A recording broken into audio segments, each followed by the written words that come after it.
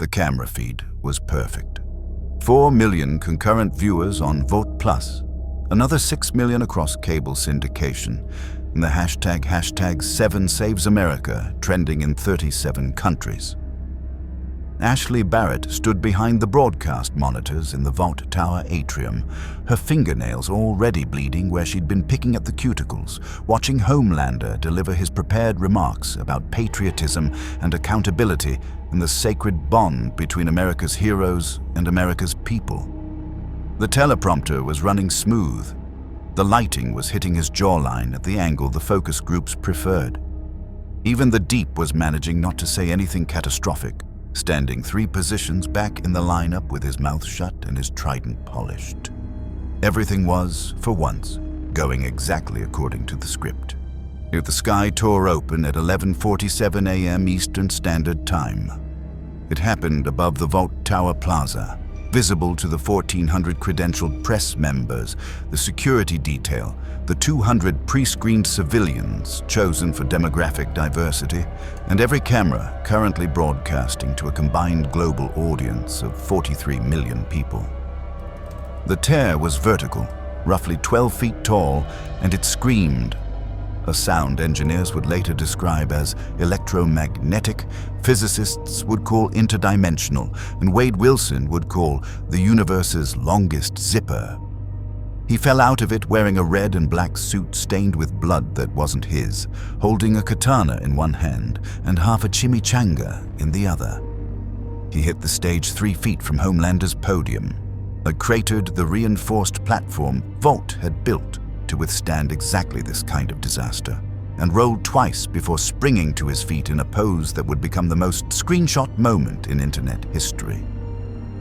1,400 journalists started screaming. 200 civilians stampeded. Homelander's eyes flickered red.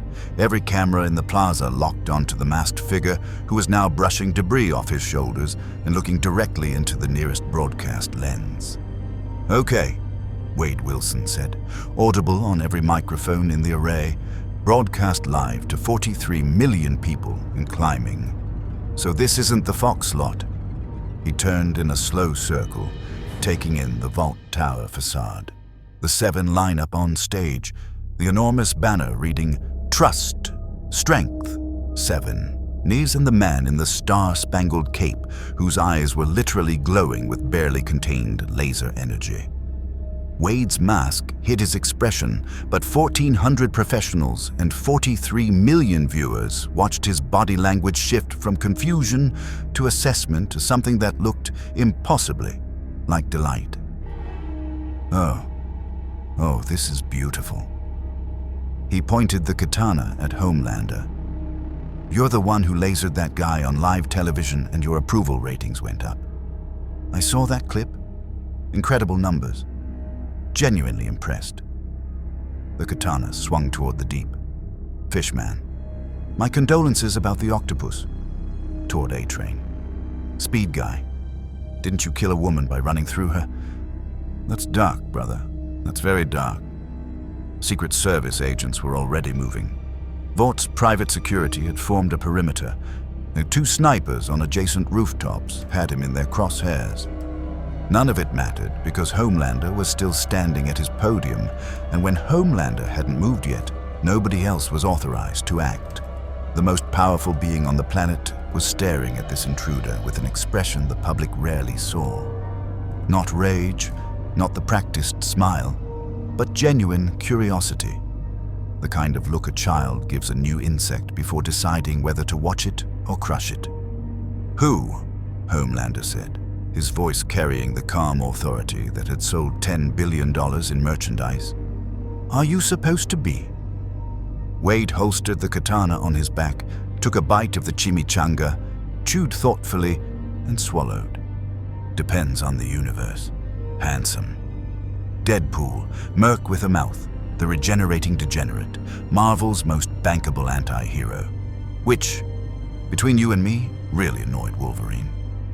But here," he gestured broadly at the cameras, the tower, the entire spectacle of corporate heroism gleaming in the Manhattan sun. "I think I'm the only honest person in this building, and I include the janitors. The portal above them shuddered, collapsed, and vanished. Wade looked up at where it had been, looked back down at the assembled press corps and superheroes, and tilted his head. Guess I'm staying. Ashley Barrett's phone was vibrating so violently it had fallen off the monitor desk. She picked it up to 17 simultaneous messages from marketing, legal, PR, and Stan Edgar's former office, now occupied by people too afraid to redecorate. Every message was some variant of the same question: what the hell just happened and how do we own it? On the broadcast monitors, so the viewership counter had passed 60 million and was accelerating. Social media analytics showed the clip of Wade's arrival already had 400,000 shares and climbing. The hashtags were evolving in real time. Hashtag Who is Deadpool, hashtag Vought Portal, hashtag New Soup, and already hashtag Deadpool for 7. Ashley stared at the numbers. She'd been in this industry long enough to recognize the shape of a phenomenon. Whatever this man was, wherever he'd come from, he was already the most viral moment in Vaught's history. That made him either the greatest asset or the greatest threat the company had ever faced, and Ashley Barrett knew from bone-deep experience that in Vought International, those two categories were often the same thing. On stage, Wade Wilson waved at the cameras with both hands, blew a kiss to a traumatized CNN anchor, and turned back to Homelander with the easy confidence of a man who had been killed hundreds of times and found the experience mostly inconvenient. "So," he said, "what's a guy got to do to get a tour around here? If you want to see more characters enter different universes, smash that subscribe button and drop the name of a character in the universe you'd want to see them in down in the comments below." Fucking diabolical. The first 90 minutes after Wade Wilson's arrival generated more content than Vaught's entire quarterly marketing calendar. Ashley watched it cascade across every screen in the war room on the 47th floor. The emergency command center that officially didn't exist, but had been used more times in the past 2 years than anyone was comfortable admitting. The long table was ringed with monitors showing every major network, every social platform's trending feed, and the proprietary Vought sentiment analysis dashboard that tracked public opinion in real time with the kind of granularity that would have made a Cold War intelligence agency weep. The numbers were, by any corporate metric, extraordinary. Deadpool's arrival clip had passed 90 million views across platforms in under 2 hours, and the merchandise team had already mocked up 6 t-shirt designs. The licensing department was running preliminary trademark searches on Deadpool, Merc with a mouth, and Regenerating Degenerate across 47 jurisdictions. 3 talent agencies had called claiming to represent him. TMZ had a helicopter circling the building. Vought Plus subscriptions had spiked 14% in a single afternoon, the largest single-event bump since Homelander's public murder of that protester, though Ashley tried not to think about the implications of that comparison. "He's testing through the roof with 18 to 34 males," said the head of analytics, pulling up demographic breakdowns that painted the wall in charts.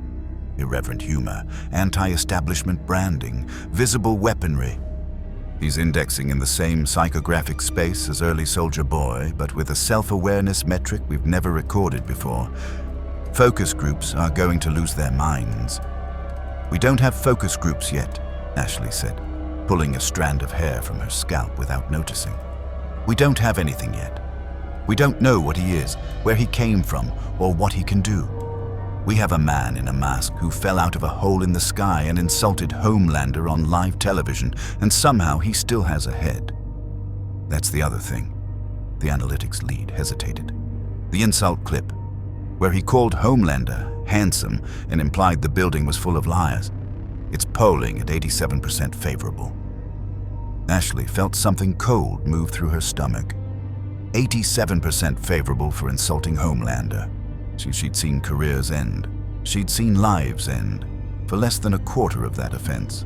The fact that Homelander hadn't immediately vaporized this person was either a miracle or a strategy. and Ashley wasn't sure which option terrified her more. 4 floors above the war room, in a medical suite outfitted with equipment designed to analyze compound V biology, Wade Wilson sat on an examination table and let Vaught's scientists attempt to take his blood. The word attempt was doing heavy lifting because Wade hadn't stopped talking since they'd escorted him inside, and the phlebotomist's hands were shaking. I'm just saying, in my universe, the evil corporation that experimented on me at least had the decency to be secret about it. You guys put your logo on the syringes. That's commitment to brand integrity. I respect it. I don't approve of it, but I respect it. The phlebotomist finally got the needle in. Wade watched his own blood fill the vial with the casual interest of a man who'd seen his insides on the outside more times than he could count. So, what are we testing for? Compound V? I've been reading the Wikipedia page. Well, I've been reading what would be the Wikipedia page if this universe had one that wasn't edited by Vought PR. Your drugs make superheroes. My drugs made me unkillable and ugly. I think your drugs are worse because at least mine came with a personality. Dr. Park, the lead researcher, was studying the preliminary readings with an expression that cycled through confusion, excitement, and something adjacent to fear. Wade's cellular regeneration was unlike anything in the Compound V database. V created enhancements, strength, speed, and durability, energy projection. What Wade's biology demonstrated was something more fundamental, a body that treated death as a temporary inconvenience and rebuilt itself from any damage with a speed that made even the most advanced V-enhanced healing look sluggish. Your cellular structure, Dr. Park said carefully, doesn't match any known Compound V profile. The regenerative capacity is... I don't have a framework for this. That's because I'm not one of yours, Doctor. Different universe, different juice. Mine came with more cancer and less narcissism, though I guess that's debatable. The real test came 20 minutes later, when Ashley arrived in the medical suite with a tablet full of contracts and a smile that had been professionally calibrated for maximum corporate warmth. And she was flanked by 2 representatives from legal whose names Wade immediately forgot, and a PR coordinator whose job, as far as Wade could tell, was to stand nearby and look like diversity hiring was going well. Mr. Wilson, Ashley began, and the fact that she'd already learned his name told Wade everything he needed to know about the surveillance state he'd landed in. Vought International would like to formally welcome you and discuss the extraordinary opportunity your arrival represents. Opportunity. Wade let the words sit in the air. Fell out of a dimensional rift onto your stage during a live broadcast. Your boss looked like he wanted to cook me with his eyes, and you're leading with opportunity. The footage of your arrival has been viewed over 100 million times, Ashley said, and her smile tightening at precisely the edges. You're the most talked about person on the planet right now. Vought has the infrastructure to channel that attention into something lasting, something profitable for both of us. Wade looked at the contracts on her tablet, looked at the Vought logo on the wall, looked at the security cameras in every corner of the ceiling, and felt something he rarely felt in any universe, the specific corporate-flavored danger of people who wanted to own him. Ashley, he said, reading her name tag with exaggerated care. Can I call you Ashley? I'm going to call you Ashley. I've been experimented on by a clandestine government program, hunted by time-traveling cyborgs, and once fought a man made entirely of organic steel. None of that scared me. He leaned forward. But you just said profitable for both of us, with a straight face in a building where superheroes commit crimes and lawyers make them disappear, and that actually gives me the creeps. Ashley's smile didn't waver. It was, Wade noted with professional appreciation, genuinely impressive. Why don't we start with a tour, she said. The tour was a masterpiece of corporate theater. Ashley Barrett had perfected it over dozens of iterations. Every new soup, every potential recruit, every congressional delegation got a version calibrated to their specific psychology.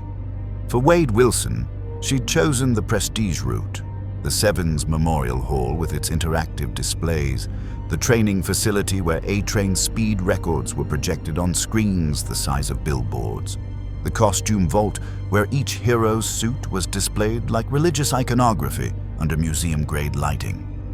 It was designed to inspire awe, to make the visitor feel the weight of belonging to something larger than themselves, something historic. Wade was not experiencing awe. "These mannequins are genuinely upsetting," he said, standing in front of Translucent's empty display case. Empty because Translucent was dead, though the official story involved retirement and a vineyard in Tuscany. "Do you dress them up on holidays? Please tell me you dress them up on holidays." Ashley guided him past the display with practiced redirection. The real destination was 4 floors below the public areas, in the operational wing where the Seven actually worked when cameras weren't rolling. This was where Ashley's tour departed from the standard script, because this was where Wade Wilson needed to understand what he was being invited into.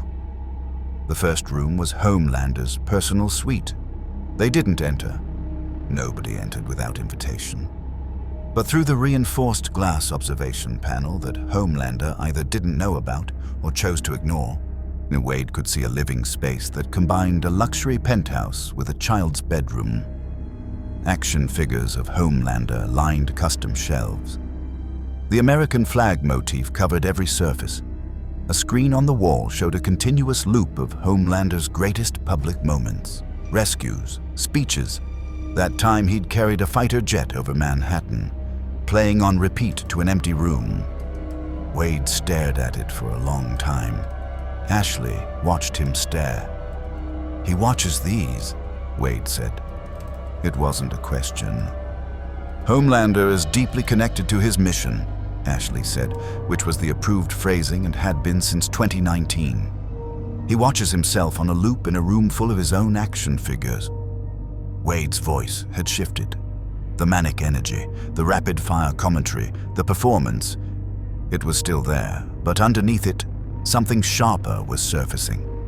"I've met narcissists. I've killed narcissists. I've been a narcissist, arguably, on days ending in Y. But this isn't narcissism. This is a guy who was raised in a box and never got out." Ashley said nothing.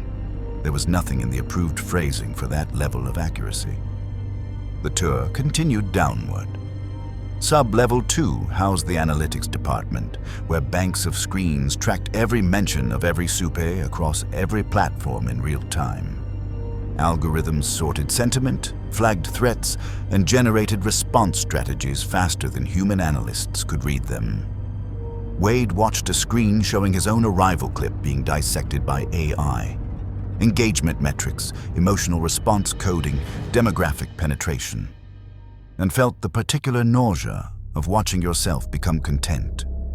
Sub-Level 3 was medical. Not the clean, high public-facing medical suite where they'd drawn his blood. The real medical wing, where the smell of antiseptic couldn't quite cover something organic and desperate underneath. Ashley moved through quickly, narrating something about advanced hero wellness, but Wade caught glimpses through windows that her body positioning was designed to block. He saw a man strapped to a table with IVs running fluorescent blue liquid into both arms, his body seizing in rhythmic convulsions while a monitor tracked cellular breakdown in real time. He saw a room with padded walls where a woman who couldn't have been older than 20 sat in a corner vibrating, her skin flickering between solid and translucent, like a signal losing reception. He saw a bank of refrigerated storage units labeled with codes, not names. Evan understood with the clarity of someone who'd survived his own Weapon X that those units contained people who hadn't survived their version of the experiment. "Ashley," she turned, smile ready. "What's the survival rate?" "I'm sorry?" "Your drug.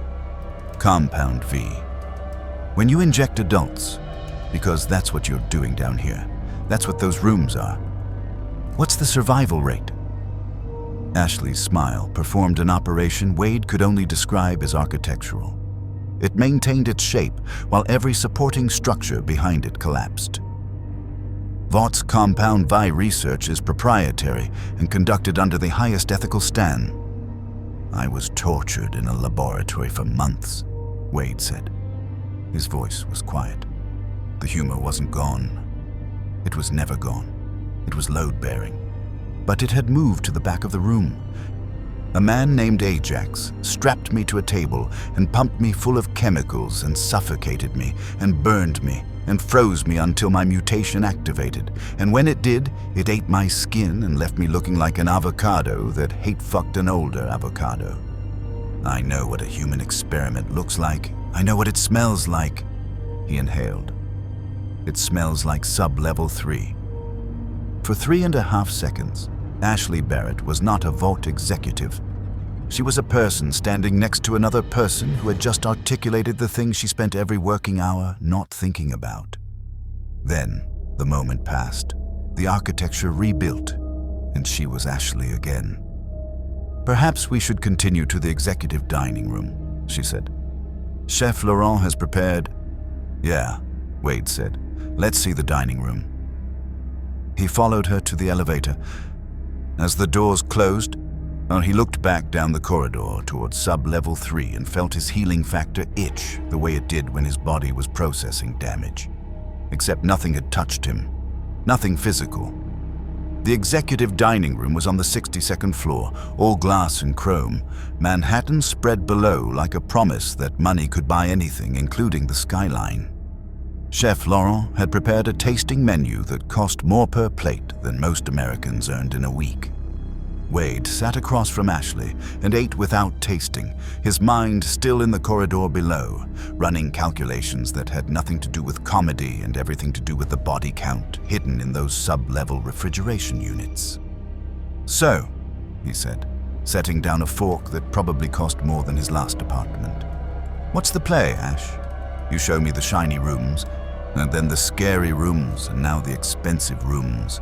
That's a recruitment funnel. I've sat through timeshare presentations with more subtlety." "Vought wants to offer you a position," Ashley said. "Not on the 7, something new, an anti-hero brand, your own franchise." "My own franchise?" Wade picked up a glass of wine that cost $400. "In the company that tortures people in the basement." Ashley met his eyes. In that moment, Wade saw something he recognized from every person who'd ever worked for a monster, and knew it.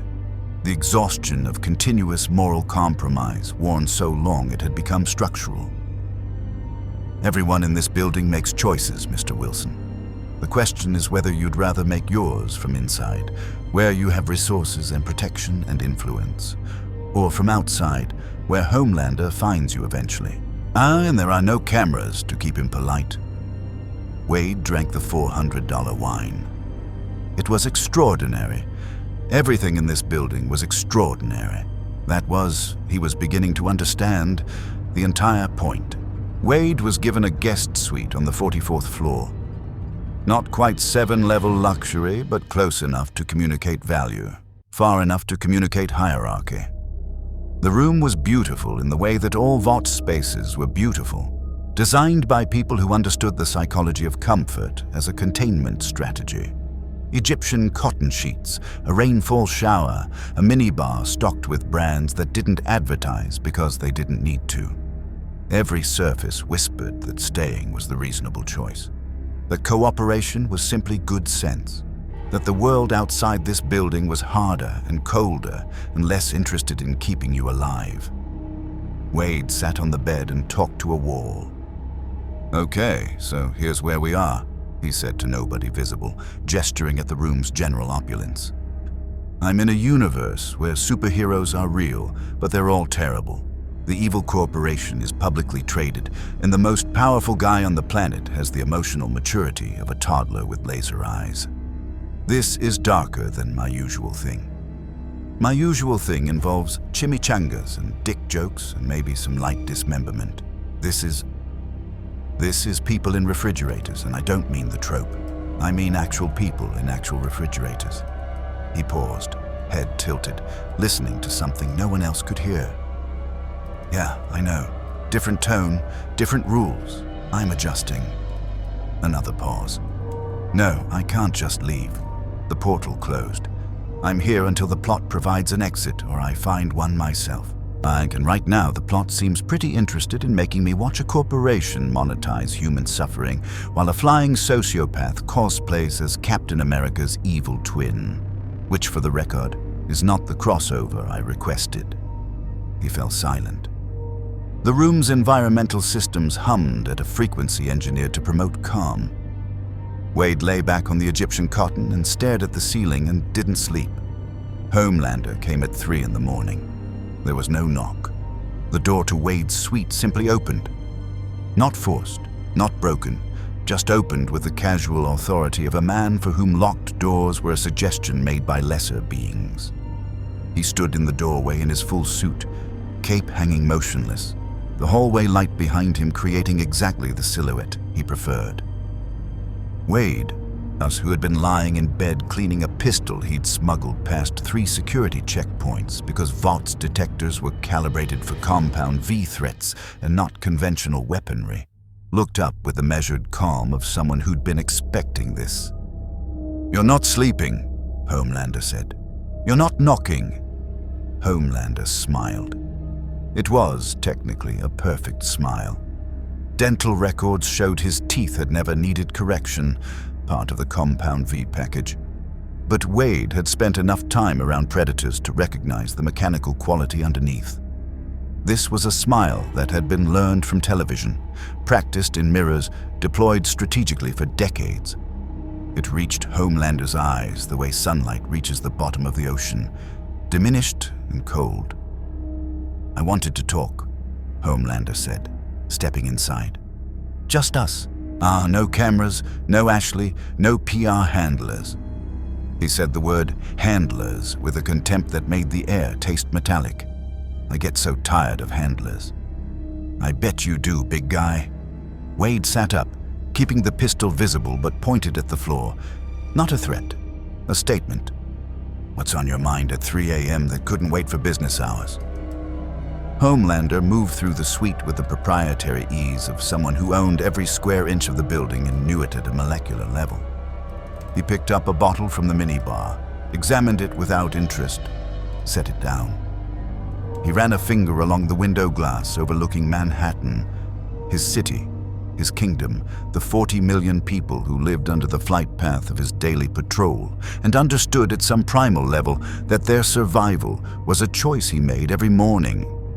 "You're not afraid of me," Homelander said. I noticed that, on stage, everyone else, the reporters, the civilians, my team, they're all afraid. Even when they're smiling and clapping and telling me I'm the greatest, they're afraid. I can hear their heartbeats. I can smell the cortisol. He turned from the window. "Your heart rate didn't change. Not once." "I've died before," Wade said. "A lot, like a lot. It's kind of my whole deal. Hard to be afraid of a guy who might kill me when dying is basically my Tuesday. You can't die. Not permanently. It's less fun than it sounds. Actually, it's exactly as unfun as it sounds. Dying hurts every single time. The healing factor doesn't prevent pain, it just makes pain temporary. Which is somehow worse because you know you'll always have to feel it again." Something moved behind Homelander's eyes. Wade caught it. A flicker, a micro-expression that the cameras never captured because Homelander had spent a lifetime ensuring they didn't. It wasn't empathy. Homelander didn't do empathy in any way, Wade recognized. But it was recognition. The recognition of a man who had also been hurt repeatedly by people who knew he would survive it, who had treated his durability as permission. "The lab," Homelander said quietly. "They tested me too, when I was young. They wanted to see what I could take. Electricity, pressure, temperature extremes, isolation." His jaw worked. "They knew I could survive it, so they never considered whether I should have to." The room got very quiet. Wade Wilson, who filled silence the way water fills cracks, automatically, compulsively, as a survival mechanism, said nothing. He recognized the shape of what was happening. A genuinely damaged person was reaching out with the only tool they had, which was shared trauma, and for a moment, the most dangerous man on the planet was just a man who'd been tortured as a child and never recovered. The moment lasted 4 seconds. Then Homelander's expression restructured. The vulnerability sealed over like skin closing over a wound. Except in Homelander's case, the wound had never healed underneath. It had just learned to hide. What replaced it was something Wade knew intimately from his own mirror. The performance of being fine, deployed so long it had become indistinguishable from personality. "The point is," Homelander said, and his voice back to its broadcast quality, "I think we understand each other, you and me. We're not like them." He gestured vaguely downward. At Ashley, at the scientists, at the 40 million sleeping citizens, at everyone who was human and breakable and ordinary. "We're better." "Are we?" Wade said. "We're stronger. We survive what kills them. That makes us better. That's not opinion, that's biology." Wade looked at Homelander. Really looked, with the assessment skills of a man who'd spent years reading targets for weaknesses, and saw the entire architecture of the tragedy. A child raised without love who'd concluded that power was love's replacement. A god who wanted to be human but had decided that wanting was weakness. And a weapon who'd been told he was a hero and believed it so hard that anyone who contradicted the narrative became an enemy of reality itself. "John," Wade said, using the name he shouldn't have known, that almost nobody knew, that Homelander kept buried under the brand, like a body under a foundation. "I've been experimented on, tortured, disfigured, killed, and reassembled more times than I can count. That doesn't make me better than anyone. It makes me a guy with a really specific set of problems and a face that scares children." Homelander's eyes went red. Not metaphorically. The heat vision activated. Twin points of light building behind his pupils, the temperature in the room climbing 3 degrees in a single second. Wade watched it happen with the clinical fascination of a man cataloging how he was about to die this time. And then Homelander blinked. The light faded, the temperature normalized. "You're funny," Homelander said, and the word funny contained approximately 0 humor. "I like funny. Keep being funny, Wade. It suits you." He left the way he'd come, door open, cape trailing, footsteps silent on carpet that cost more per square foot than a human kidney. Wade sat alone in the luxury suite and realized his hands were shaking. Not from fear. His healing factor was cycling at combat speed, burning through adrenaline and cortisol and rebuilding his nervous system in real time because his body had recognized what his mind was still processing. He had just been in the presence of something that could hurt him in ways his healing factor couldn't address. Not physically. Homelander could tear him apart and he'd regenerate. But the thing in Homelander's eyes, that vast, needy, murderous loneliness, that was the kind of damage that didn't heal.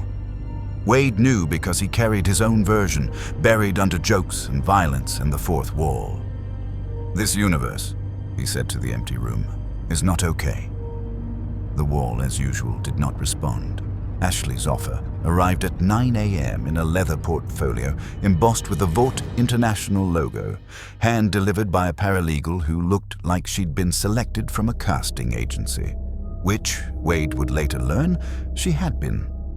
The portfolio contained a contract running to 147 pages, drafted overnight by a legal team that billed at rates normally reserved for sovereign nations, and it represented the most lucrative talent acquisition offer in Vaught's history.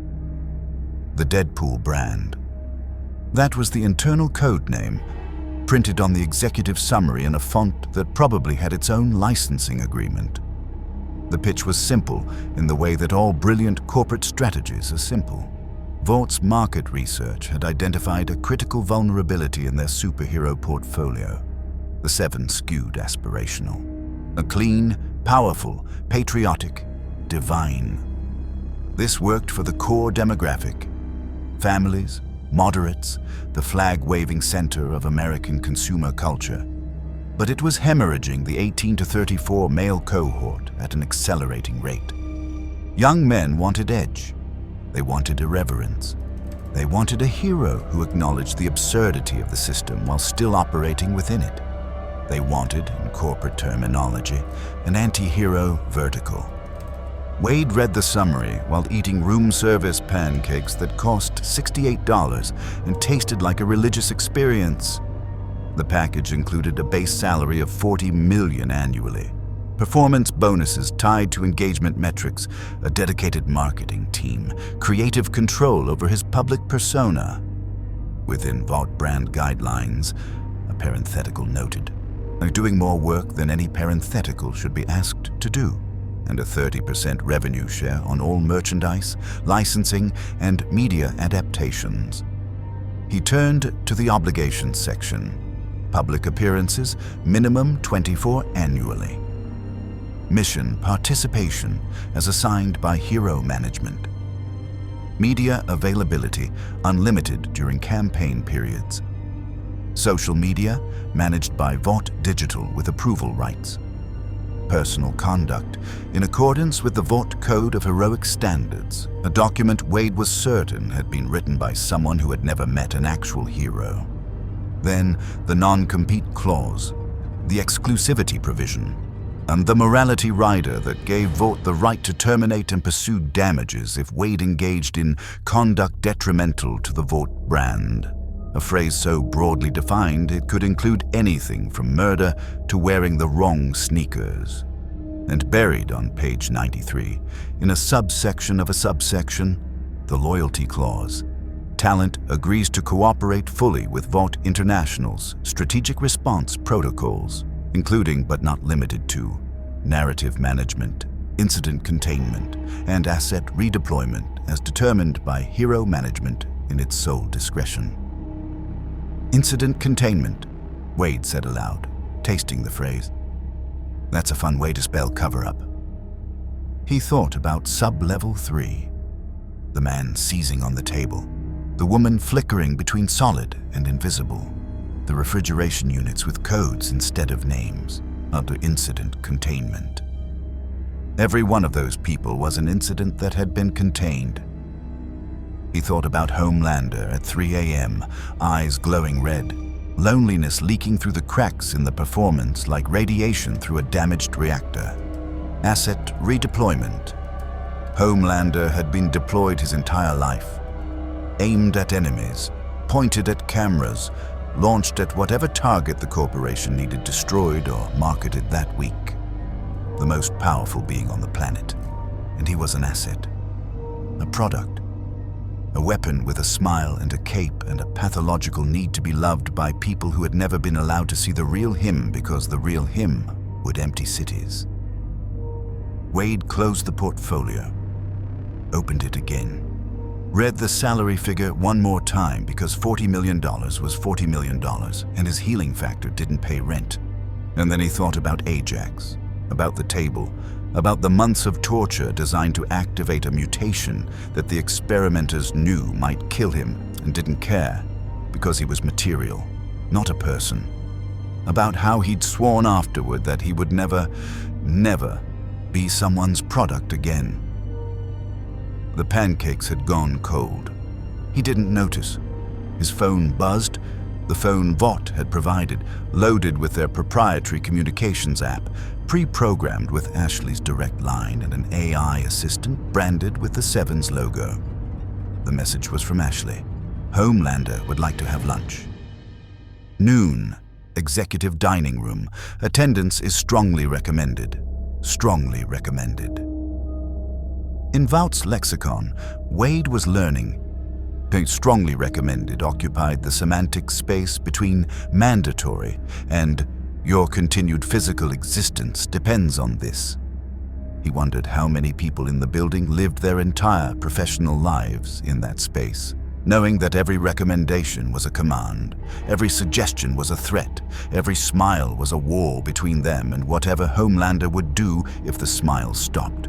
He got dressed, looked at himself in the mirror. The scarred face, the ruined skin, the body that was simultaneously the strongest and most damaged thing he'd ever owned. In his own universe, he wore the mask to hide the scars. In this universe, everybody wore a mask. His was just more honest about it. The lunch was in the same executive dining room where Ashley had pitched him the day before. But the atmosphere had undergone a transformation that Wade recognized as Homelander Presence Protocol, the subtle, building-wide adjustment that occurred whenever the most powerful soup decided to be social. The staff moved differently, quieter, more efficient, with the peripheral awareness of prey animals who'd been trained to set tables. The lighting had been adjusted to Homelander's preferred warmth setting. The chair at the head of the table was positioned to face the windows so that Homelander could see the skyline he considered his, and the guest chair was positioned slightly lower. An ergonomic choice that was absolutely not about ergonomics. Homelander was already seated when Wade arrived. The cape was draped perfectly. The smile was loaded. And next to him, and in a chair that seemed designed to make its occupant feel the full weight of secondary importance, sat A-Train. "Wade," Homelander said, with the manufactured warmth of a man who had learned the emotional expression from television and never quite mastered the calibration. "Sit down. I want you to meet someone." A-Train looked at Wade with the expression of a man who had spent years performing enthusiasm for Vought cameras and had gotten so good at it that only another performer could see the exhaustion underneath. "Hey man, big fan. Loved the entrance yesterday. The chimichanga was a nice touch." "Thanks, Speedy. How's the heart? And I mean that literally, not as a conversation starter. I know about the V-induced cardiomyopathy. It's on your medical file. Well, it's on the medical file that would exist if anyone in this building were honest about what Compound Vi does to the human cardiovascular system over extended use." A-Train's performance flickered, just for a moment. A half-second glitch in the camera-ready smile that revealed something raw and scared underneath. Then it was back, smooth as ever, and if Wade hadn't been watching for it, he'd have missed it entirely. "I'm doing great," A-Train said. "Never better." "Outstanding," Homelander said, apparently satisfied with this exchange. "So, Wade, I read your file. Well, Ashley's preliminary assessment, since you don't technically have a file yet, which is something we should fix. She thinks you're an anti-hero play. Marketing agrees. Demographics love you." He leaned forward. "But I want to know what you think. Because I make the decisions here, not Ashley, not the board. Me." Wade looked at Homelander, looked at A-Train, whose smile was a load-bearing wall holding up a life he hadn't chosen. Looked at the skyline, the empire, the $40 million contract sitting in a leather portfolio in his guest suite, and the invisible infrastructures of fear that held all of it together like rebar and concrete. "I think," Wade said, "that I need to see more of the city before I sign anything. Maybe meet some people who don't work for you. Get a feel for the culture." Homelander's smile didn't change, but the air pressure in the room shifted by a fraction. That nearly imperceptible atmospheric alteration that occurred when Homelander was displeased and his body expressed it before his face did. "Of course," he said. "Take your time. I see the sights." The smile widened. "Just remember, everything you see out there, I built it, I protect it, and the people who live in my city are alive because I allow them to be." He picked up a fork and began eating with the careful precision of a man who had learned table manners from a Vought etiquette coach. "Enjoy your walk, Wade." Wade left Vought Tower for the first time at 1:15 p.m. The sunlight hit him like a reminder that a world existed outside the glass and chrome cathedral of corporate heroism. He walked 3 blocks before he felt the surveillance. Vought drones at altitude, a 2-person tail team blending with foot traffic, his provided phone pinging location data to a server he hadn't consented to. He walked 3 more blocks before someone found him who wasn't on Vought's payroll.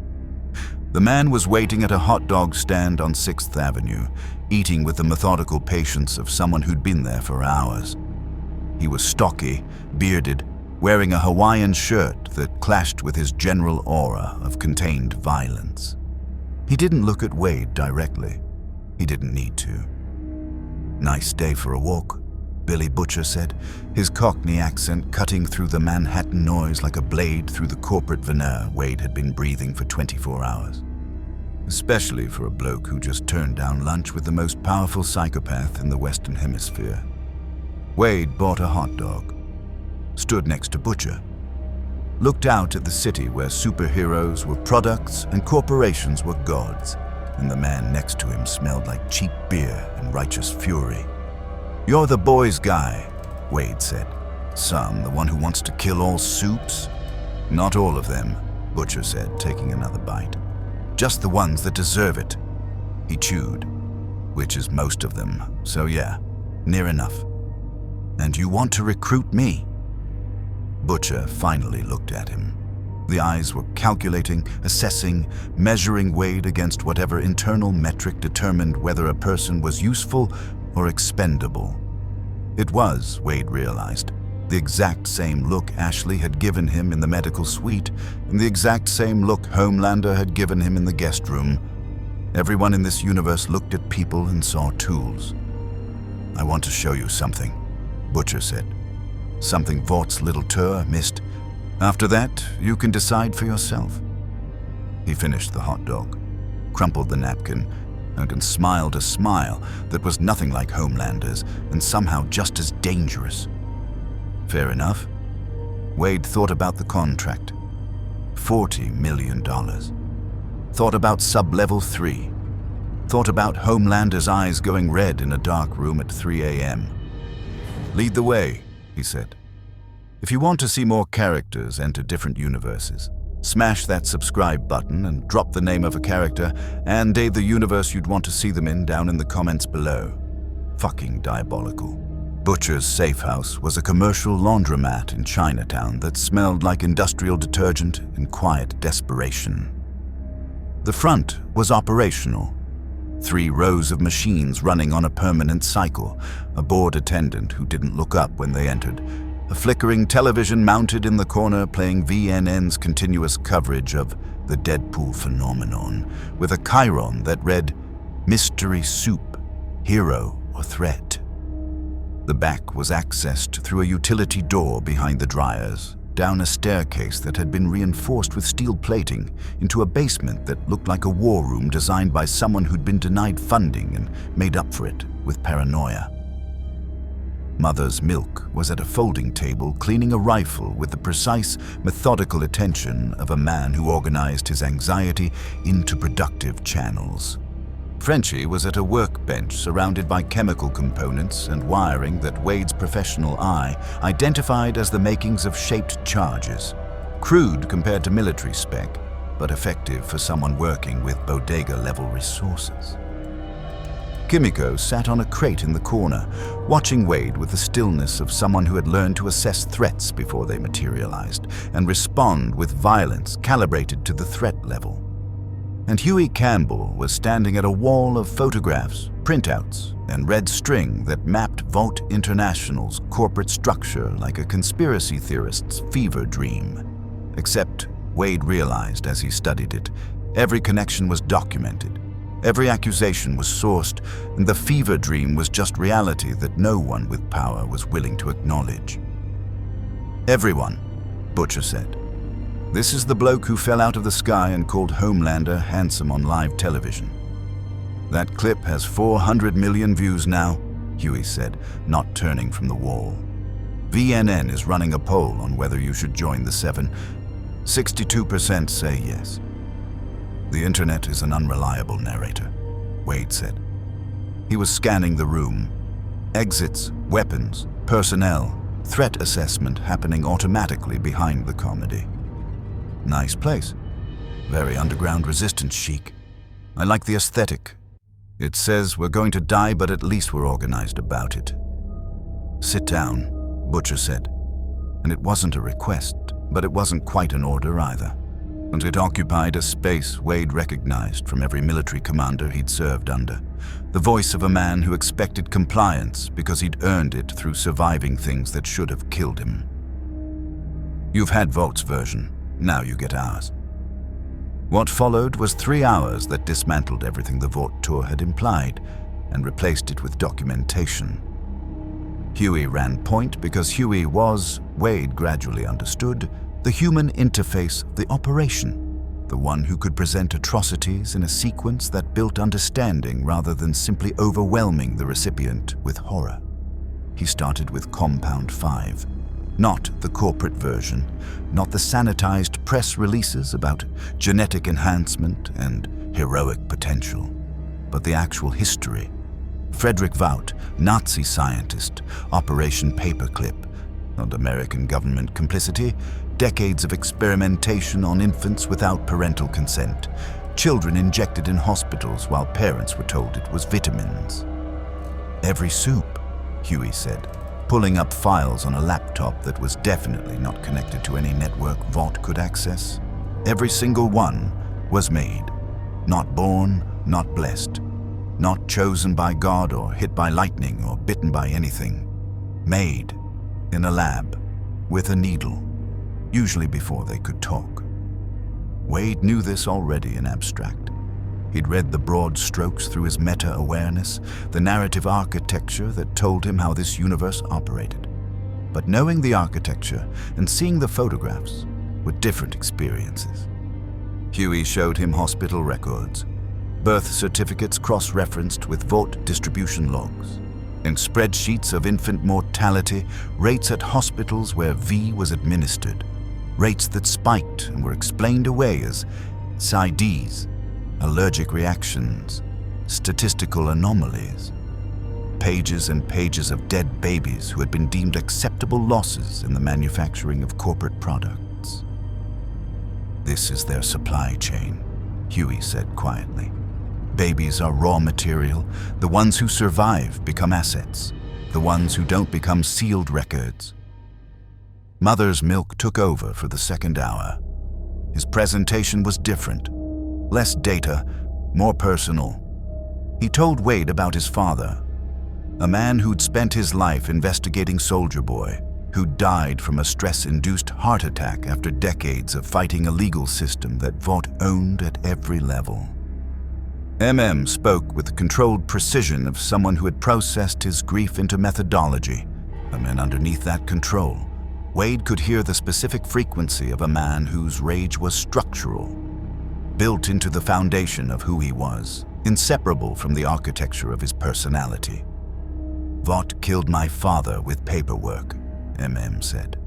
Lawyer by lawyer, continuance by continuance, filing by filing, they ground him down until his body gave out. That's how they win. Not with soupies, with systems. The soups are the product. The system is the weapon. Frenchie's contribution was chemical. He laid out the pharmacology of Compound 5 with the expertise of someone who understood molecular structures the way musicians understood chord progressions. Intuitively, completely, with an artist's appreciation for what each component did and how it interacted. He explained V24, the temporary variant. 24 hours of power, a fatal after 3 to 5 doses, the neurological degradation pattern, the way it ate the brain's white matter like acid through paper. Butcher took it, Frenchie said, glancing at the man leaning against the far wall. Multiple doses. It's killing him. He won't stop.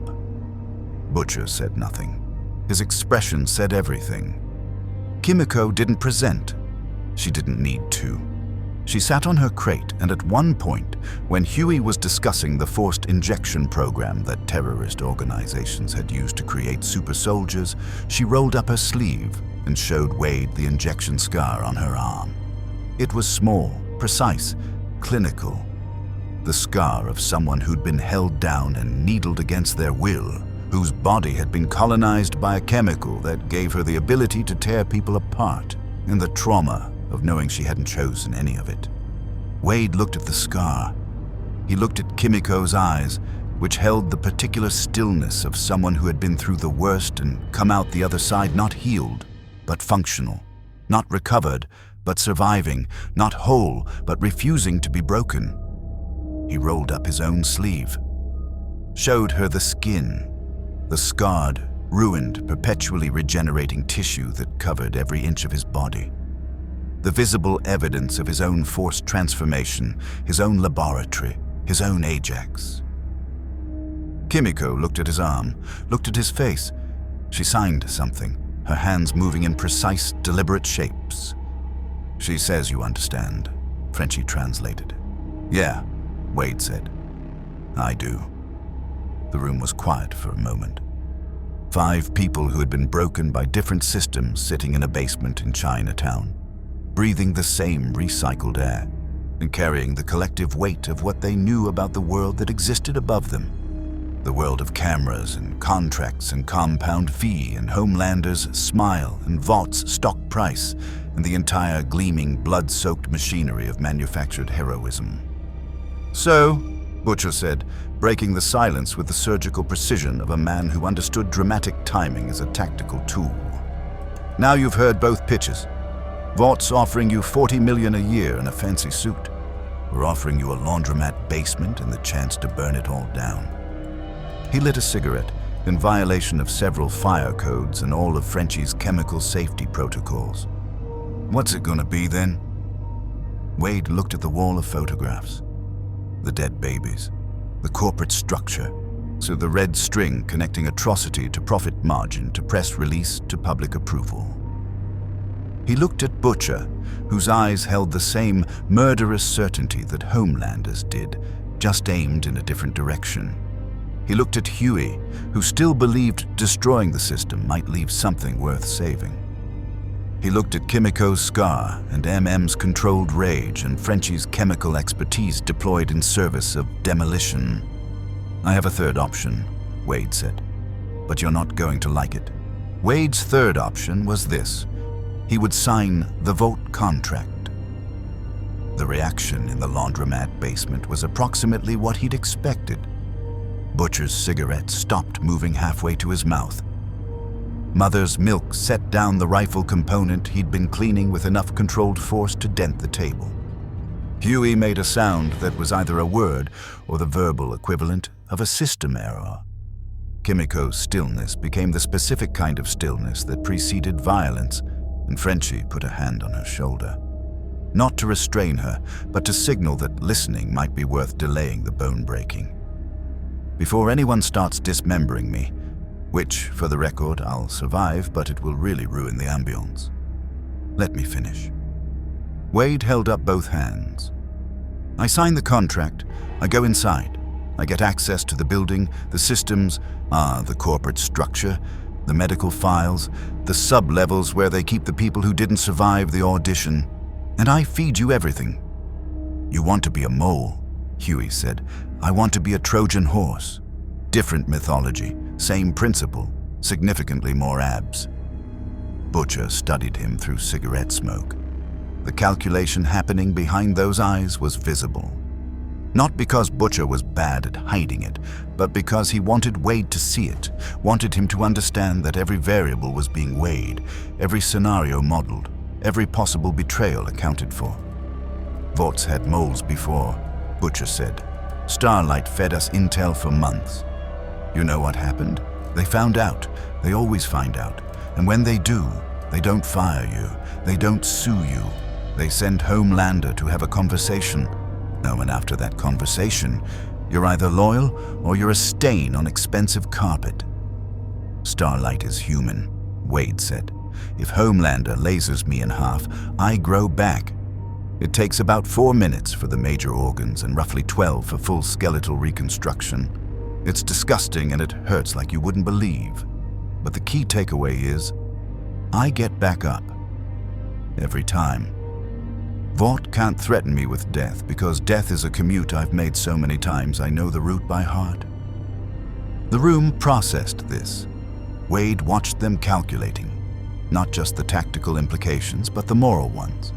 A man who couldn't die, embedded inside a corporation that controlled through fear of death. The math was compelling, and the risk was that math didn't account for the 1,000 ways Vought could make an unkillable man wish he were dead without ever laying a hand on him. "There's a facility," Huey said, pulling up a file on the laptop. "Vought R&D Division, Sub-Level 9. It's not on any public blueprint. We've been trying to get eyes inside for 6 months. Security is biometric, super-rated, and the staff rotates on 24-hour cycles, so nobody works there long enough to develop a conscience." "What's in it?" Huey looked at Butcher. Butcher nodded. "We don't know," Huey said. "That's the problem. Whatever it is, it's classified above Ashley's clearance level, above the board of directors. Only 3 people have access: the head of R&D, the chief security officer, and Homelander. And then Homelander's been visiting it twice a week for the past month." Wade felt the narrative tighten. This was the thread, the thing the story needed him to pull. He could feel it the way he felt all plot structures, as a gravitational force tugging him toward the next essential beat. Whatever was on Sub-Level 9 was the reason he was here. Not the dimensional breach, not the contract, not Butcher's pitch or Ashley's smile. This. "I'll find it," he said. The signing ceremony was the next morning. Ashley had arranged it in the Seven's conference room, the glass-walled space on the 99th floor where team meetings happened under the silent observation of Homelander's portrait. A 12-foot oil painting that managed to be simultaneously photorealistic and hagiographic. And the contract had been revised overnight to include Wade's requested amendments: creative control over his own dialogue, in press appearances, a no-forced medical experimentation clause that legal had resisted, including on the grounds that it implied organizational conduct unbecoming of Vaught's values, and a private suite with its own kitchen because Wade refused to eat Chef Laurent's $68 pancakes on principle when he could make his own for $3 and feel morally superior about it. He signed on page 147, next to a line that read, "Talent Signature," with a pen that cost more than a used car. Ashley witnessed. A legal representative witnessed. A camera recorded the signing for Vaught's archives, and Wade looked directly into it and said, "I want it on the record that I'm doing this of my own free will," which is a phrase that I'm sure has never been said sarcastically in this building before. The camera operator didn't laugh. Nobody at Vought laughed at jokes that weren't pre-approved by PR.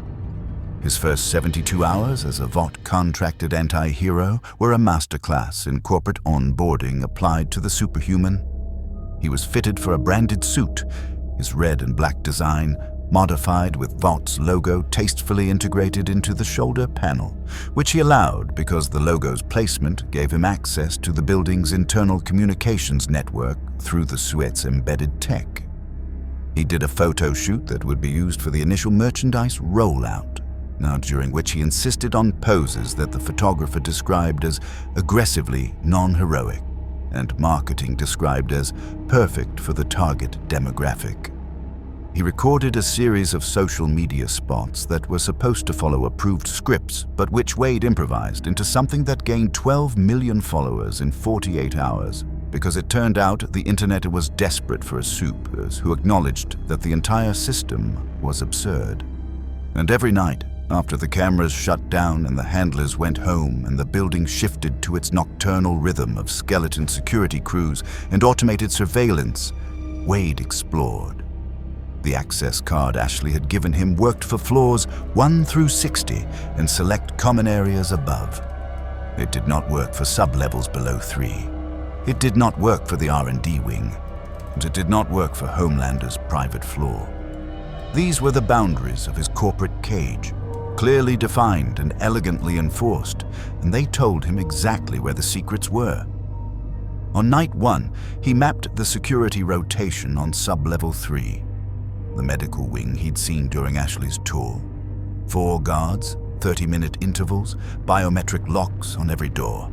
He timed the gap between patrols at 3 minutes and 14 seconds.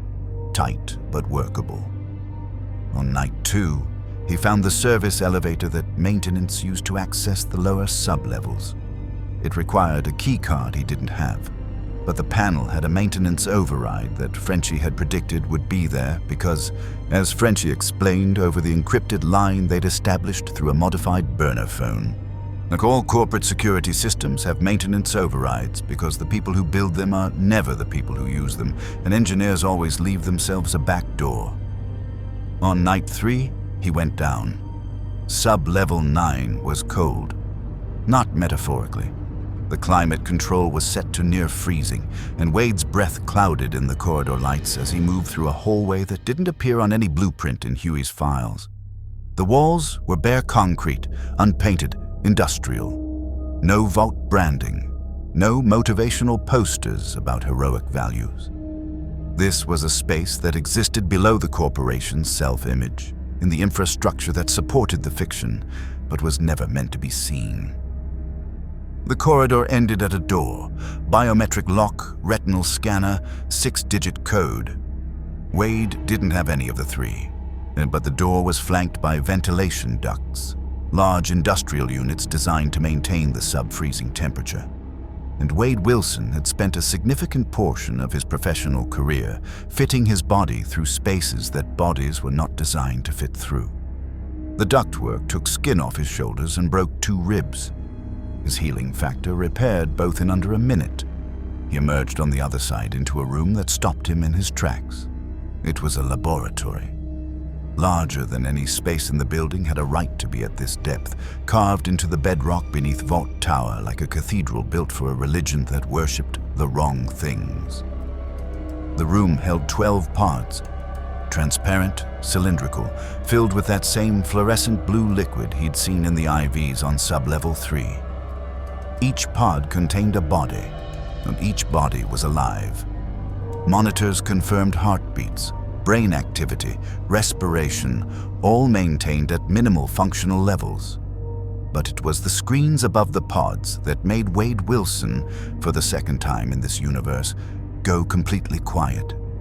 Each screen displayed a different dimensional frequency, a different universe's signature.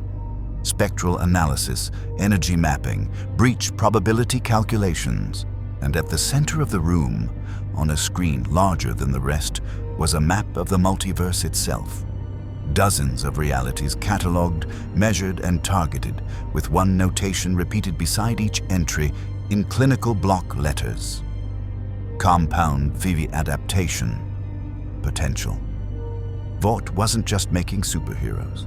They were planning to make superheroes from every universe's raw material. And when the 12 people in the pods were the test subjects, interdimensional travelers who'd been captured, sedated, and experimented on to crack the code of cross-reality biological enhancement. Wade stared at the pods, at the map, at the screen showing his own universe's signature, flagged and annotated and circled in red. The breach that brought him here hadn't been an accident. It had been a recruitment. He pulled out the burner phone and dialed the only number in its memory. "Butcher," he said. "We have a problem. The information hit the laundromat basement like a detonation." Wade laid it out piece by piece. The pods, the bodies, the dimensional frequency map, the notation about compound V adaptation potential. While Huey's face went through a color progression that started at pale and ended somewhere in the vicinity of translucent. Mother's Milk had stopped cleaning his rifle and was sitting with his hands flat on the table, pressing down as if the surface were the only thing preventing him from coming apart. Frenchie was at his workbench scribbling calculations on a napkin, his handwriting deteriorating as the implications expanded. Butcher was smoking. Just smoking and listening and letting the information settle into the tactical framework that constituted his thinking. 12 people, Huey said. 12 people in pods. Just floating. Not alive, but not conscious.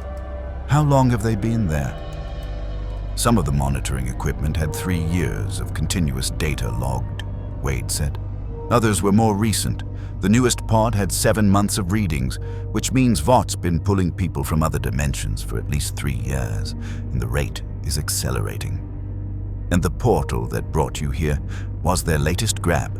I just happened to be standing in the wrong place in my universe when their dimensional fishing line snagged me.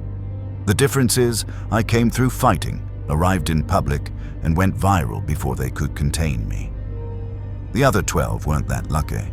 They came through in controlled conditions, in private facilities, and went straight into the blue juice. The room processed. And Wade watched the processing happen differently in each of them. Huey through moral horror, MM through structural analysis, Frenchie through chemical curiosity, Kimiko through the visceral recognition of a woman who had herself been held captive and experimented on, and Butcher through the cold lens of operational opportunity. "This changes things," Butcher said finally. The cigarette had burned down to the filter. He didn't appear to notice. Vaught's not just making supers anymore. They're trying to build a pipeline from every bloody universe in existence. That's not pharmaceutical. That's not even military. That's monopoly, Wade said. Interdimensional monopoly on superpowered biology. Why limit yourself to one universe's compound fee when you can harvest genetic material from every reality that has powers? Kryptonian DNA, mutant X genes, Amazonian divine heritage, Speed Force connection, Infinity Stone exposure, every power system from every universe analyzed, broken down, and synthesized into new variants of V. "Can they do it?" MM asked. "Is the science actually there, or is this a corporate boondoggle with a black budget and no oversight?" "The pods are working," Wade said. "The people in them are alive and being slowly processed. The dimensional map is accurate. I recognized my own universe's signature. And the data I saw suggested they've already successfully extracted and partially synthesized material from at least 3 subjects. So yes, they can do it. They're doing it. And if they finish, Vought won't just own the superhero industry in one universe. They'll own the concept of power across all of them." Huey sat down, and the weight of it was the kind that affected posture. Not just the 12 people in pods, not just the corporate conspiracy, but the scale. The obscene, universe-spanning scale of Vaught's ambition, which had looked at the entirety of existence and seen a market to be cornered. "We need to get those people out," Huey said. "We need to destroy the lab," MM said. "We need to steal the research first," Frenchie said, his eyes bright with the particular intensity of a man who understood that Vaught's interdimensional data could be weaponized against them. "If we destroy it blind, they rebuild. If we take the data, we understand what they've done and we can expose it. We need to do all 3, Butcher said, "and we need to do it before Homelander makes his next visit to Sub-Level 9, which our new friend tells us happens twice weekly." He looked at Wade. "When's the next one?" "Based on the access log patterns I saw, Thursday. 2 days from now." "Then we go tomorrow night." Butcher stubbed the cigarette out on the table, leaving a burn mark that MM stared at with visible anguish. "Wade gets us in through the maintenance access. Frenchie handles the pod extraction. Huey copies the data. MM and Kimiko cover the exit. I deal with whatever security response comes our way." "And if Homelander shows up early?" Wade asked. The room went quiet. This was the question that lived underneath every operation the boys had ever conducted. The permanent, unsolvable variable that lurked beneath every plan, like a fault line beneath a city. Homelander could appear anywhere, at any time, and when he appeared, then the mathematics of survival changed fundamentally. You couldn't fight him, you couldn't outrun him, you could only hope he was distracted, delayed, or disinterested enough to give you the window you needed. "If Homelander shows up," Butcher said, "you keep him busy." "Keep him busy," Wade repeated. "Keep the invincible laser-eyed flying psychopath busy while you extract 12 comatose interdimensional prisoners from a sub-freezing black site laboratory underneath the most surveilled building in North America." "You said you can't die." "I said dying isn't permanent. There's a difference. A significant, extremely painful difference. Then you're the only person in this room, in this bloody city, who can stand in front of Homelander and buy time without it being a suicide mission. Butcher's voice was flat, pragmatic, and so stripped of everything except tactical necessity. Everyone else he faces, they get one chance, one hit, one dodge, one moment before his eyes light up and they're dust. You get unlimited chances. That's not a gift, mate. That's a tactical asset, and right now it's the only asset that matters. Wade looked at Butcher and saw, with the clarity of someone who recognized manipulation because he'd spent a lifetime deploying it, exactly what was happening. Butcher wasn't asking. He was positioning. He'd identified Wade's unique capability and was deploying it the same way Vought deployed Homelander, as a weapon aimed at the problem, with acceptable damage calculated in advance and the weapon's feelings about its own deployment considered irrelevant. The difference between Butcher and Vought, Wade realized, wasn't philosophy, it was budget. "This is the thing about this universe," Wade said, and he wasn't talking to Butcher anymore. He was talking to the wall, to the ceiling, to the invisible architecture of the story he was trapped in. Everyone looks at people and sees tools. Vought sees products. You see weapons. Homelander sees toys. Nobody in this entire godforsaken reality looks at another person and sees a person. The room absorbed this. Huey looked uncomfortable. Looked like he wanted to argue but couldn't find the angle. Frenchie was studying Wade with the expression of someone recognizing a familiar wound in unfamiliar skin. Kimiko signed something that Frenchie didn't translate, but that made his jaw tighten. Butcher met Wade's eyes. And for one moment, just one, so brief it could have been imagined, something moved behind the tactical assessment. Not guilt, not shame, but acknowledgement. The acknowledgement of a man who knew exactly what he was doing, knew the cost, and had decided the cost was justified by the mission, even though the cost was always paid by someone else. "You're right," Butcher said. "We do see weapons, because we're fighting a war against people who can crack the planet in half, and we're working out of a bloody laundromat. We use what we have, and right now, what we have is you." Wade took a breath, held it, let it out. "Tomorrow night," he said, "but I want chimichanga provisions in the operational budget." "We don't have an operational budget." "Then this is already a worse deal than Vought's." He meant it as a joke. It landed as something heavier. They went in at 2:17 a.m.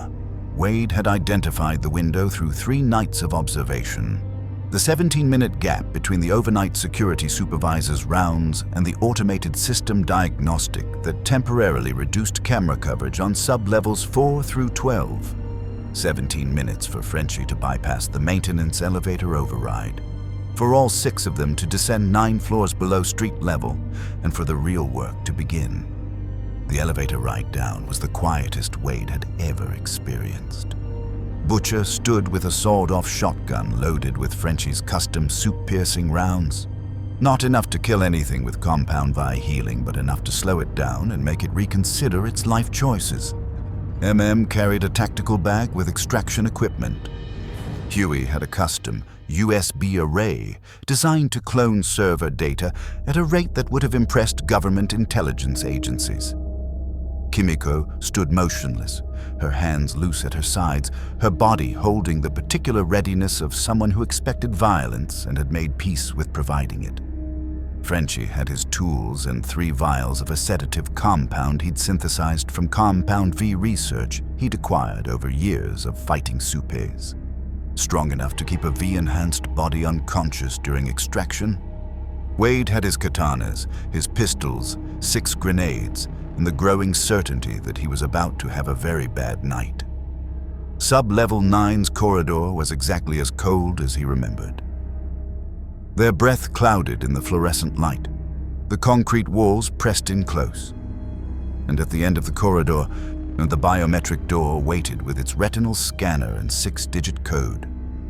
Obstacles that Wade had rendered irrelevant by simply propping open the ventilation duct he'd used before, allowing Frenchie to snake a bypass cable through the duct and into the lock's internal wiring. The door opened in 11 seconds. Frenchie's smile was brief and fierce. The laboratory spread before them exactly as Wade had described it, and the reality of it hit the others the way reality always hits harder than description. Huey stopped walking. His face did the thing it had done in the basement. The color drainage, the moral processing, the visible weight of witnessing evil at industrial scale. MM's hand went to the doorframe and gripped it, his knuckles white, his jaw working through whatever his mind was doing with what his eyes were seeing. 12 pods, or 12 bodies. 12 people floating in fluorescent blue liquid, their lives reduced to data points on monitoring screens, their biological material being slowly, methodically harvested for a corporation's interdimensional ambitions. "Clock's running," Butcher said. "Huey, data. Frenchie, pods. Everyone else, positions." They moved. Huey went to the central console and plugged in his USB array. The data transfer initiated. Terabytes of research, dimensional mapping, biological analysis, and corporate correspondence that documented every decision, every authorization, every cold calculation that had led to 12 human beings floating in tubes. Frenchie went to the nearest pod and began the extraction sequence, his hands moving with the steady precision of a man who had practiced emergency medical procedures under gunfire and found laboratory conditions almost relaxing by comparison. Wade took position at the door. The corridor stretched ahead of him, empty and cold, and he stood in it with his katanas drawn and listened for the sound he was praying not to hear. He heard it at minute 6. Not footsteps. Homelander didn't make footsteps when he didn't want to. What Wade heard was the absence of sound. A pressure change, a subtle alteration in the corridor's acoustic profile that meant something very large and very powerful was displacing air as it descended. The temperature didn't change because Homelander ran hot, and his compound V metabolism generating a thermal signature that Wade's healing factor registered as a biological threat before his conscious mind processed it. Then, Homelander was there, standing at the far end of the corridor. Not flying, standing, feet on concrete, cape still, hands at his sides. His eyes were already glowing. Not the threatening red of laser activation, but the low, ambient burn of a man whose body was permanently generating enough energy to level a building and who had learned to hold it at a simmer as a courtesy to the architecture. "Wade," Homelander said. His voice was conversational. It carried perfectly through the concrete corridor, as if the walls had been designed to accommodate him, which Wade realized they probably had. Everything in this building had been designed to accommodate him. I was hoping it would be you." "Yeah?" Wade adjusted his grip on the katanas. His healing factor was running at maximum, his body dumping adrenaline and cortisol and preparing for damage at a cellular level. "Why's that?" "Because the others are boring. Butcher is predictable. He always goes for the throat. The little one, Huey, he always hesitates. Even the girl, strong, but she's just muscle. You, though." Homelander stepped closer. Each step was measured, deliberate, performed. "You're interesting. You don't follow the script. I'm literally incapable of following a script. It's a character trait and a professional liability. You went through the ventilation system. I know because I heard you. 3 nights ago. I have super hearing, Wade. I hear everything in this building, every conversation, every heartbeat. Every phone call on every encrypted line on every burner phone." Another step. "I heard you call Butcher from the laboratory. I heard you describe the pods. I heard his plan." The bottom dropped out. Not metaphorically. Wade felt his stomach execute a maneuver that his healing factor flagged as a stress response and began immediately compensating for. Homelander had known. From the beginning. He'd heard everything, known everything, and let it all proceed. "You let us come down here," Wade said. "I wanted to see what you'd do." Homelander's smile was the worst thing Wade had ever seen, and he'd seen his own face without the mask. It was genuine. Not the broadcast smile, not the PR version, not the performance. This was Homelander, actually, authentically happy, and in the happiness was rooted in the absolute certainty that he was in control of every variable and every outcome and every person in the building. I wanted to see if you were different, if you'd be loyal, if you'd choose me. And since I didn't, the smile didn't change. Now I get to show you what happens when people disappoint me. Homelander's heat vision hit Wade in the center of the chest. The beam was focused, not the wide-angle destruction he used on buildings, but a concentrated lance of thermal energy that bored through Wade's suit, through his skin, through his sternum, and out the back of his spine. The pain was transcendent. Wade had been shot, stabbed, burned, frozen, dismembered, decapitated, and once run through an industrial wood chipper. And this was worse than all of it, because Homelander's heat vision didn't just burn, it vaporized. Tissue, bone, and organ disappeared at the molecular level, leaving a hole in Wade's torso that his healing factor immediately began to close, new cells generating at a rate that made Homelander's eyes narrow with something between scientific curiosity and predatory fascination. Wade went down. His legs gave out. Not from lack of healing, but from the simple biomechanical reality that a body with a hole through its center cannot maintain structural integrity. He hit the concrete, felt his spine reconnect, felt his organs regenerate in a sequence that was agonizing and intimate and horrible, and was back on his feet in 8 seconds. Homelander was watching. The glow in his eyes hadn't dimmed. "Remarkable," he said. Again. The second beam took Wade's left arm off at the shoulder. The third destroyed both knees. The fourth hit him in the face, and for 3 seconds, Wade Wilson had no head and no sensory input, and existed in the dark space between death and regeneration that he'd never been able to adequately describe to anyone, because language didn't function there. His head regrew. His eyes reformed. His brain rebuilt its neural pathways in an order that allowed consciousness to return in a cascading wave of sensation, memory, and agony. He was on the floor, his healing factor working at a rate that felt like fire under his skin, and Homelander was standing over him with the expression of a child who'd found a toy that couldn't break. "You really can't die," Homelander said, and his voice was different now. Soft, wondering. The voice of a man who had spent his entire life breaking everything he touched and was looking at the first thing that refused to stay broken. "Do you know how long I've wanted something I couldn't destroy?" Wade's mouth reformed. His vocal cords knitted together, his lungs reinflated. "Is this what you did to them?" he said, his voice raw and new and stripped of every layer of comedy and deflection and performance. "The people in the pods, the ones in medical, the civilians. Is this what you do when no one's watching?" Homelander's expression didn't change. "I do whatever I want, Wade. That's the point. That's the only point there's ever been." Behind them, in the laboratory, Wade could hear movement. Frenchie extracting pods, Huey's data transfer running, and Kimiko covering the exit. They had minutes. Maybe less. Certain Homelander was between Wade and the corridor, between the lab and every escape route, between 12 unconscious prisoners and the man who had authorized their imprisonment. Wade stood up. His body was intact. His healing factor was running so hard he could feel it as heat radiating from every pore. His katanas were on the floor where they'd fallen. He picked them up. The metal was warm from ambient heat vision. "You know what the difference is between us?" Wade said.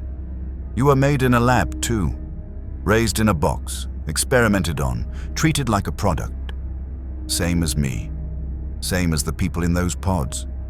We're all the same kind of broken. We are nothing alike. We're exactly alike. Except for one thing." Wade raised the katanas. "I know I'm not the hero of this story. Son, I'm the guy who keeps the monster busy while the actual good people do the actual good work. He pointed a blade toward the laboratory. So come on, handsome. Show me what you've got. I've got all night, and you can't kill me, and every second you spend turning me into hamburger is a second they're using to tear your little science project apart. Homelander's eyes blazed red, not simmering. Full power. The corridor turned white. Wade charged. The fight lasted 14 minutes. Homelander's internal sense of time was flawless, a byproduct of the same Compound V engineering that had given him everything else. And he would later recall each of those minutes with the precise, obsessive detail of a man who catalogued his own supremacy. In minute one, he tore Wade Wilson apart, literally. Arms separated from torso, legs from hips, head from shoulders.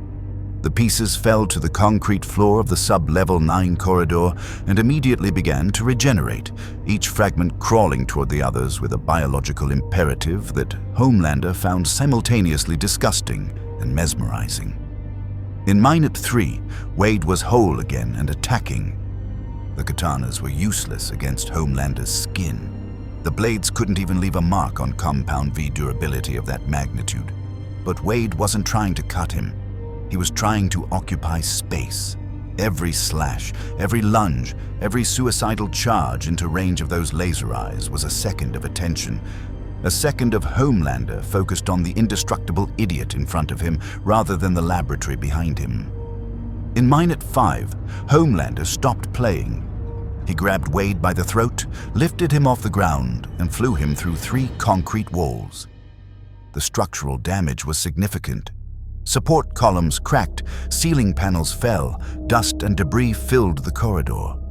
Wade's spine shattered on impact with the 4th wall, rebuilt in 9 seconds, and he was up again, bleeding from wounds that closed as fast as they opened, laughing the broken, desperate laugh of a man who had found the one thing worse than dying, being killed repeatedly by someone who enjoyed it.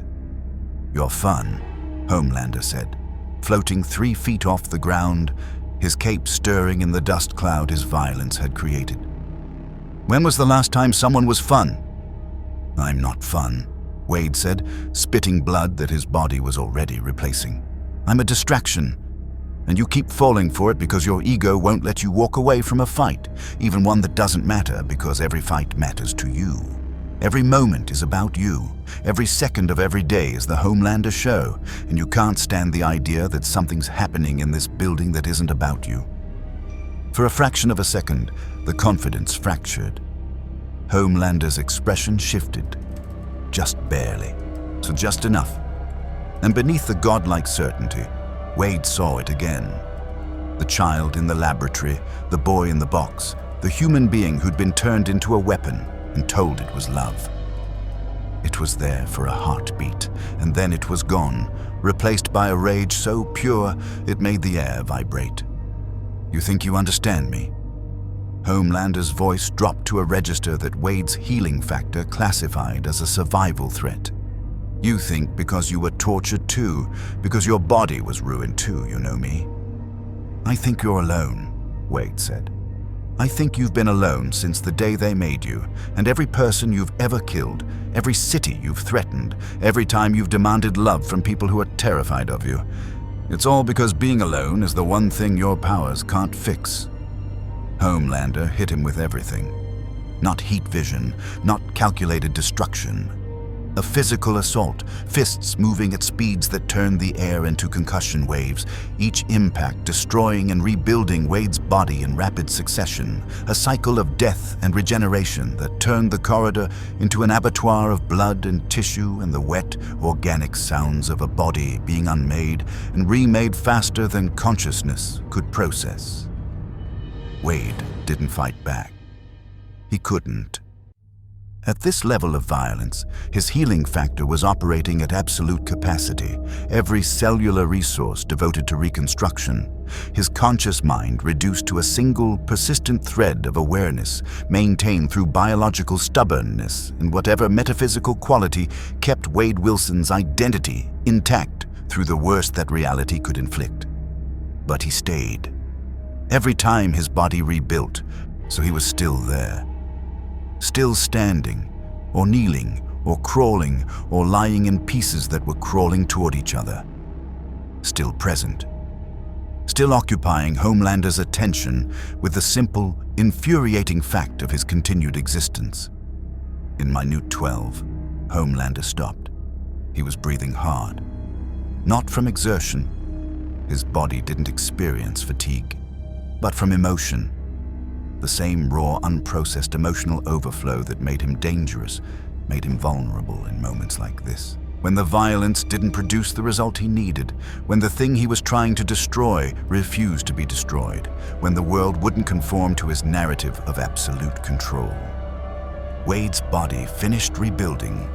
He was on the corridor floor, covered in his own blood, surrounded by the debris of a fight that had destroyed 40 feet of reinforced concrete infrastructure. He looked up at Homelander and saw a man who was, in this moment, closer to humanity than he'd been in years. Not because he'd found compassion, but because he'd found a limit. Something he could not do. Someone he could not end. "They're gone," Wade said quietly. "While you were busy with me, the pods, the data, the people, all gone." Homelander's super hearing confirmed it before Wade finished speaking. The laboratory was empty. The pods were disconnected. The servers were wiped.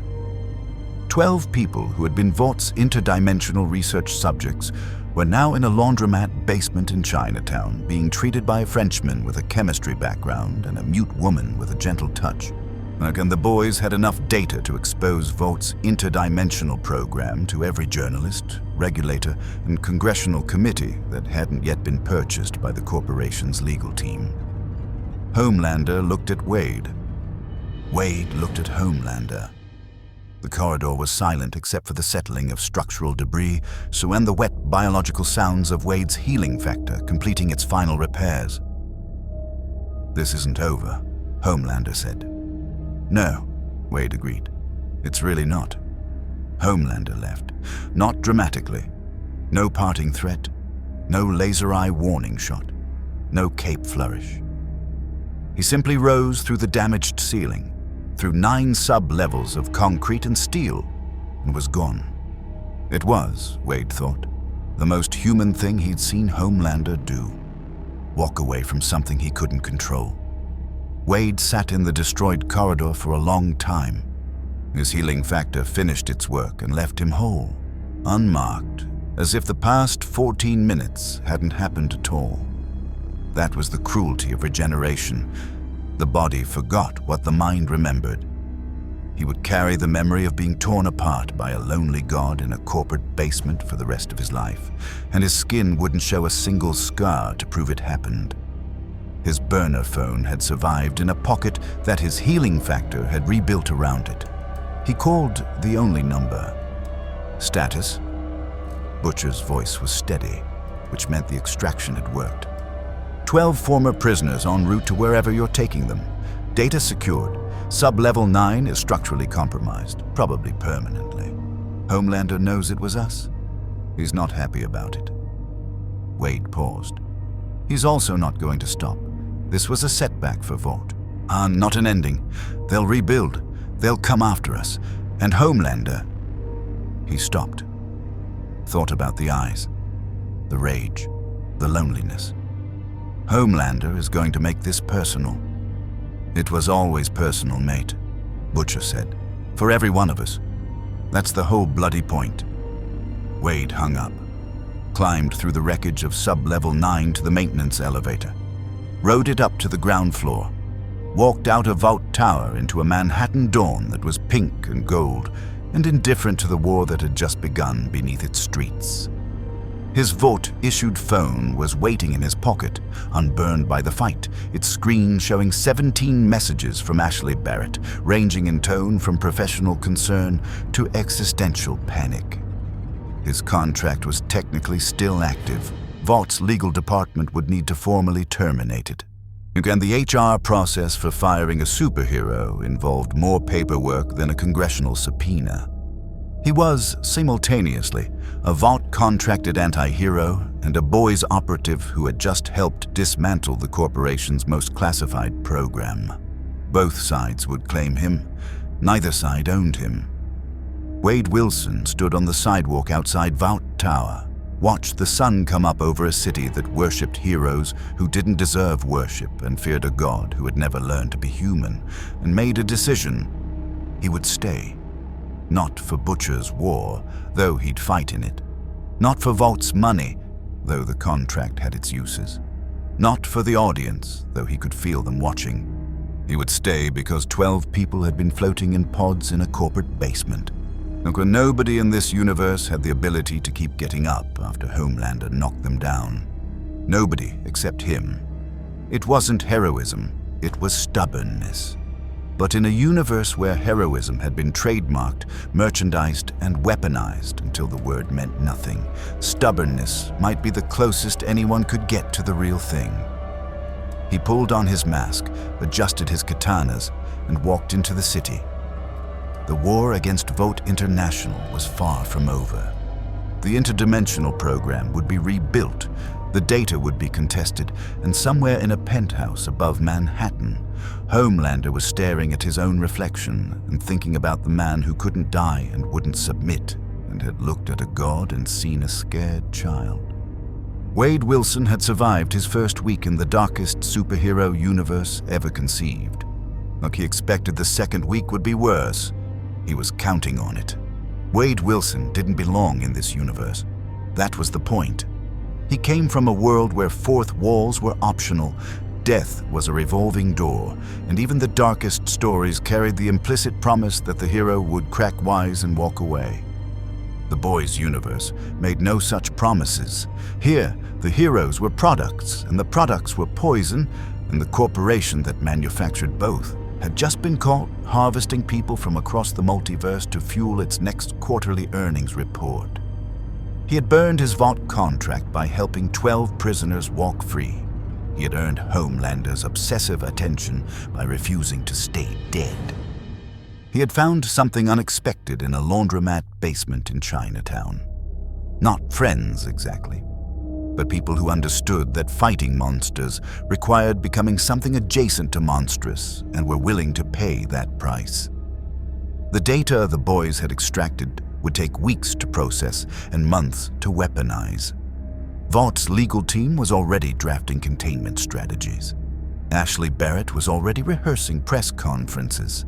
And somewhere in the building's sub-levels, construction crews were already pouring new concrete over the ruins of Sub-Level 9, sealing the evidence beneath fresh foundations the way the corporation had always sealed its sins.